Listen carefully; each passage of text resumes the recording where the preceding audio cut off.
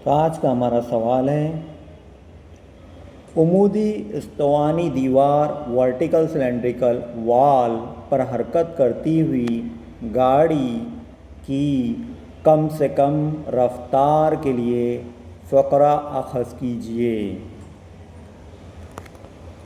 Vertical cylindrical wall पर हरकत करती हुई किसी भी गाड़ी के लिए हमें कम से कम उसके मिनिमम स्पीड के लिए इक्वेशन हासिल करना है। तो आइए इसके लिए हम डायग्राम देखते हैं। तो हमने यहाँ पर एक डायग्राम बनाए हैं। तो इस डायग्राम के मुताबिक हम कह सकते हैं कि एक वर्टिकल सिलेंड्रिकल वॉल है जिसका रेडियस स्मॉल r है और गाड़ी इस हॉरिजॉन्टल सर्कल मीन्स उफ़क़ी जो दायरा है उस पर हरकत कर रही है। जब इस तरीके से अगर कोई गाड़ी इस पर हरकत करती है तो इस पर हम जानते हैं कुछ क़ुव्वतें अमल करेगी। तो जैसा कि यहाँ पर कुछ क़ुव्वतें बताई गई हैं, गाड़ी पर अमल करने वाली क़ुव्वतें नोट कर लेते हैं। तो सबसे पहले जो हमने इंट्रोडक्शन दिया है कि गाड़ी की कमियत m है, उसका जो रेडियस है वो r है और इस दायरवी रास्ते का जो मरकज़ है वो c है। इस पर कुछ फोर्सेस असरअंदाज होती है। तो वो फोर्सेस इस तरीके से हैं। तो पहले वाली फोर्स mg, हम जानते हैं ये वज़न है जो नीचे की जानिब अमल करेगा।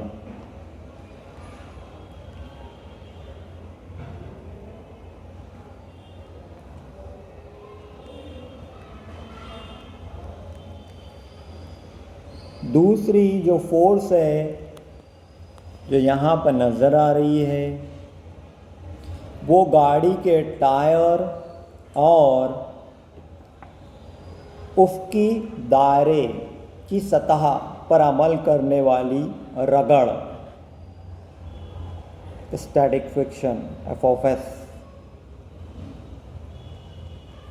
वाक़ई होगी जो mg के मुखालिफ और ऊपर की जानिब अमल करेगी।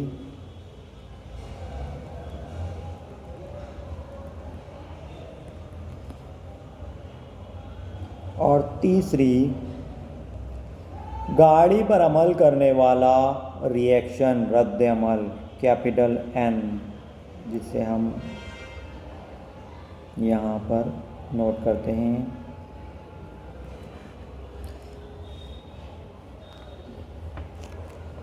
अब यहाँ पर जो रद्द अमल है वो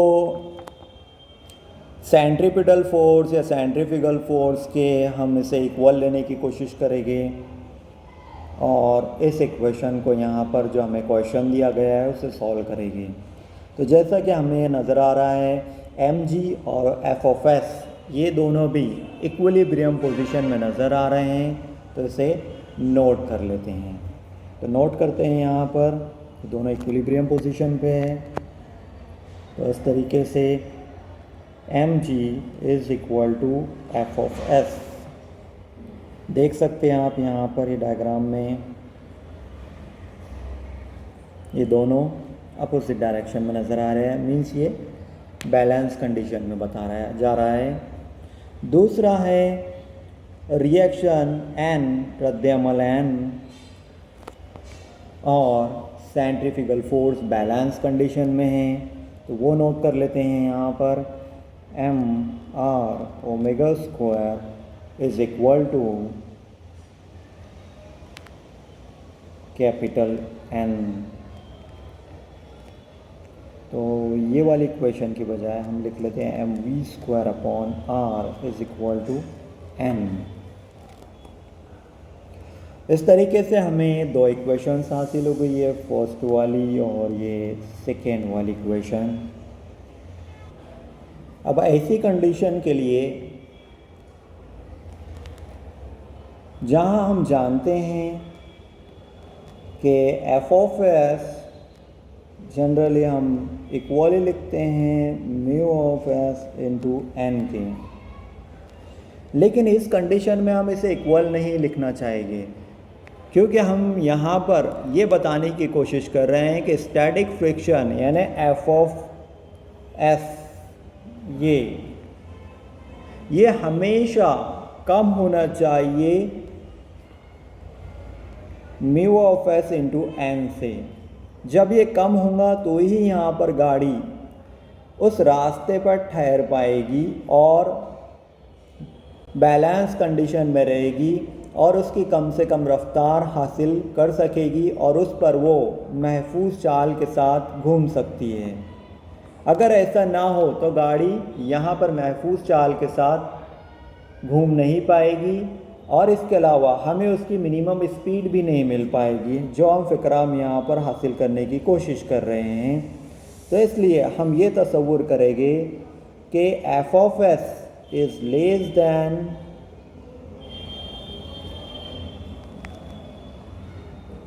और equal to mu of S into N. इस कंडीशन में हम यहाँ पर मिनिमम स्पीड हासिल कर सकते हैं। तो हम जानते हैं एफ ऑफ एस जो हमने यहाँ पर ऊपर की तरफ देखे हैं, तो वही इक्वेशन यहाँ पर ले लेते हैं। एम जी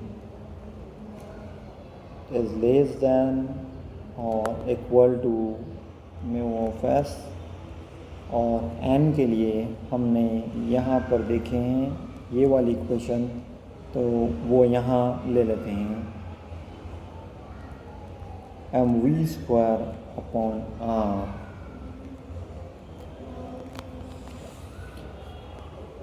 एम यहाँ कॉमन है, उसे हटा देते हैं। वी स्क्वायर अपॉन आर, तो हमें ये इक्वेशन हासिल हुई।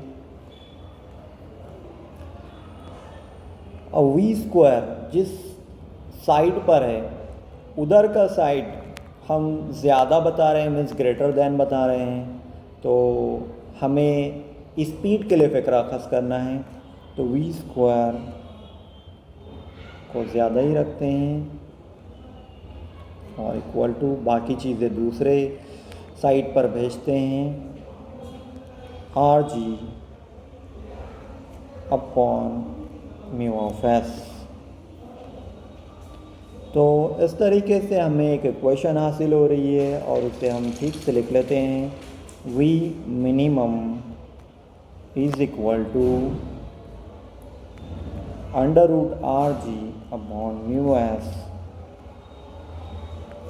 तो हमें ये इक्वेशन हासिल हो रही है। इस तरीके से हमें जो सवाल दिया गया था उसका सॉल्यूशन यहाँ पर हासिल होता है।